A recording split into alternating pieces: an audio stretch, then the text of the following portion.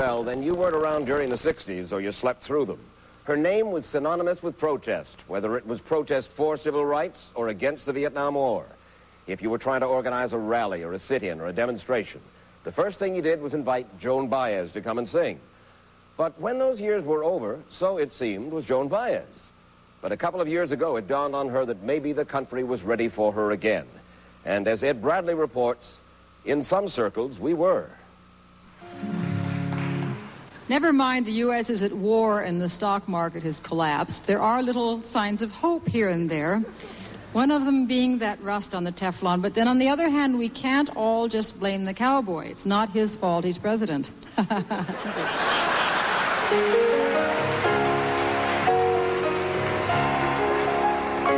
We are the warriors of the sun. We're fighting post-war battles that somehow never got won. No. She's just winding up a 30-city concert tour that took her all over the country, singing about injustice wherever she sees it. The death penalty, South Africa, AIDS, Central America. And she's playing to packed houses, 3,000 people a night crowding theaters to see her, including a sellout performance last fall at Carnegie Hall. But she says the thing that pleases her most is that her audiences aren't just her old fans. It's also the college kids and the young people who are coming to see the legendary Baez. Nobody wants to be only a legend, although, listen, shouldn't complain about that. I mean, it's a lot worse things you could be at age 47. But it's nicer to be a legend and also be current enough that somebody's interested in what you have to say about the 80s rather than just the 60s. It's a dark night and it's lonesome. 30 years ago, she was the barefoot Madonna, the queen of folk. In the 60s at Berkeley, she sang while draft cards burned.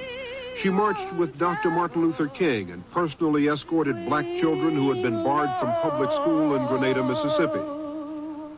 Of course, she sang at Woodstock.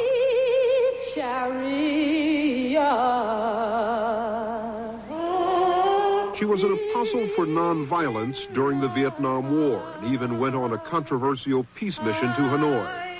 But as the 70s came to an end, so did Baez's popularity.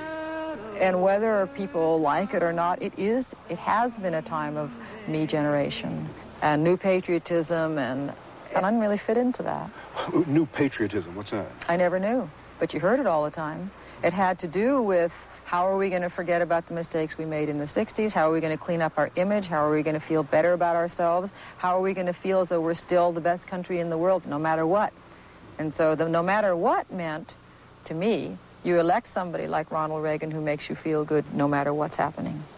And it's only recently in the last year and a half that has finally begun to crumble for people. The dream really wasn't there. It was, for the most part, a large hoax. 1, 2, 3.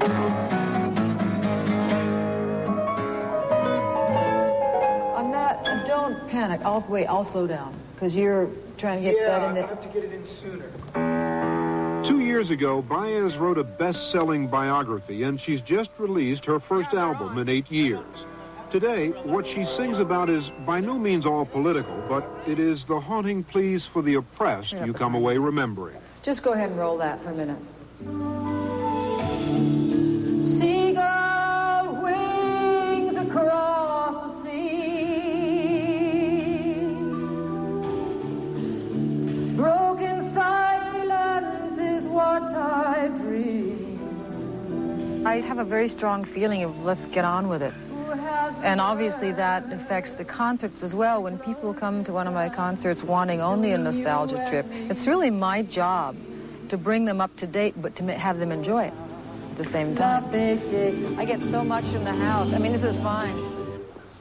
She makes her home in this peaceful setting in Northern California. We found a very different Baez from the deadly serious one most of us remember. Now, you take your turkey, and you prepare the turkey in the microwave.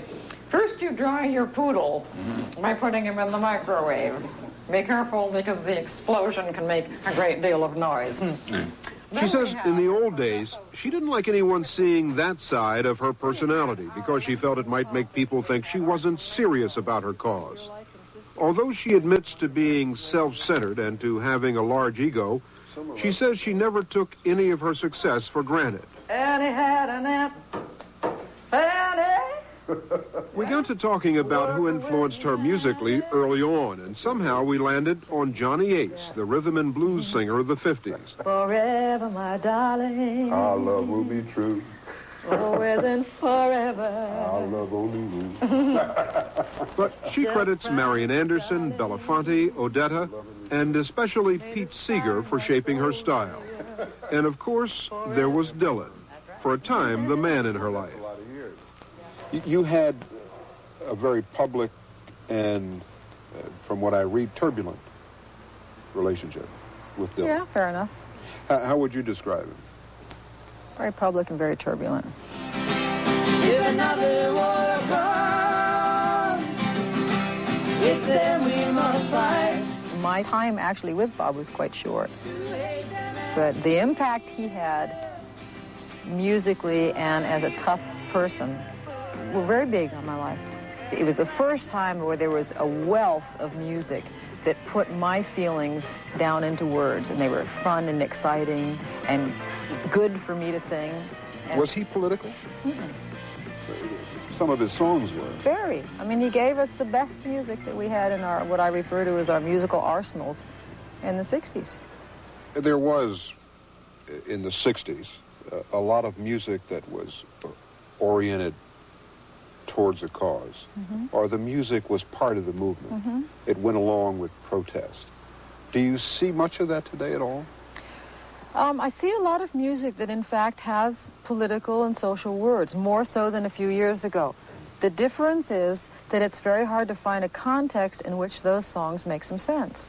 Now, when Peter Gabriel writes the beautiful song Biko, people latch onto it and feel a part of it because they felt a part of the movement in South Africa.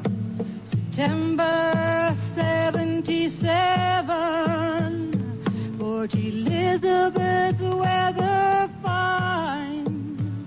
After years of not feeling much on campuses, the first thing that those kids, for whatever their reasons were, began to feel was South Africa. So then that song touches them. Oh, Biko, Biko, because Biko.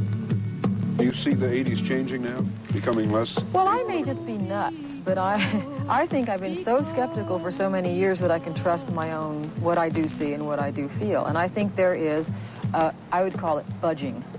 I think there's a little bit of budging into some kind of awareness. I think we're maybe coming out of a paralysis, a little bit. Ladies and gentlemen, I'd like to present with you and please welcome the incomparable Joan Baez. Thank you very much. The Live Aid concert in 1985 was a small start. Good morning, good morning. Good morning, children of the 80s and others. This is your Woodstock, and it's long overdue. And it's nice to know that the money out of your pockets will go to food to feed hungry children. Amazing grace. The comparison to Woodstock was inevitable. Live Aid wasn't, to me, not nearly as magical, but it was marvelous. The thing that made me a little bit leery was if people thought that this is what it meant to make social change and to affect other people's lives. That only really comes eventually when somebody is willing to take risks with their lives. And that's not what was happening at Live Aid. Live Aid was a wonderful event, but it had nothing to do with risking anything. Okay, so whoever printed it up, we should get some more copies. Right, yeah. Because of her commitment to human rights, nearly 10 years ago, Baez established Humanitas, an organization designed to take on individual human rights violations around the world. If you release one prisoner from Chile who's been in torture, or one pregnant woman from Siberia, and get her to a hospital in Moscow, that's something tangible. And I know I needed that. At a staff meeting, she told about a letter she received from a woman questioning her commitment and urging her into action. It said, "Why aren't you here? Why aren't you there? Why aren't you doing this? Why aren't you doing that? And I hear you're just studying Aikido and hanging out with your son." She said, "It just feels as though you're biding your time." And then sometimes, and I feel as though no matter what these dispersed projects are, I'm biding my time. Too, I wrote her back. I appreciated her letter, and then I said, "But I don't study Aikido anymore. I'm studying the tango." I don't know if she's going to have the humor for it.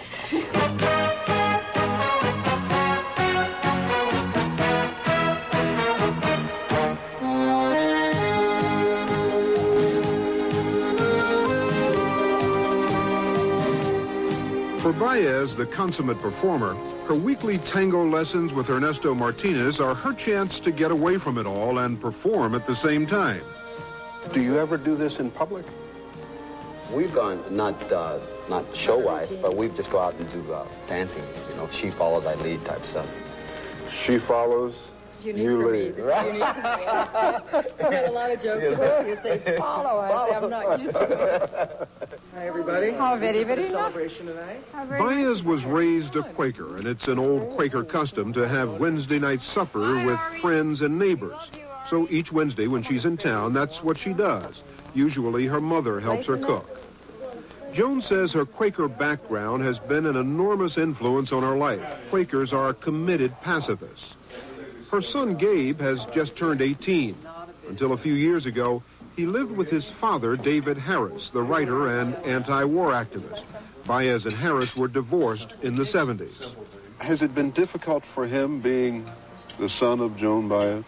I don't imagine it's been easy. I think that parents are monumentally big for all of us. And then if we happen to be, larger than life because we're public figures, that I'm sure just makes it more difficult. Did you read her book, Kate? No? You made a point of saying I'm not going to read it? I'm sure I will eventually, but... But you made a point of saying I'm not going to read it right now? I just haven't felt like reading it, so I haven't read it.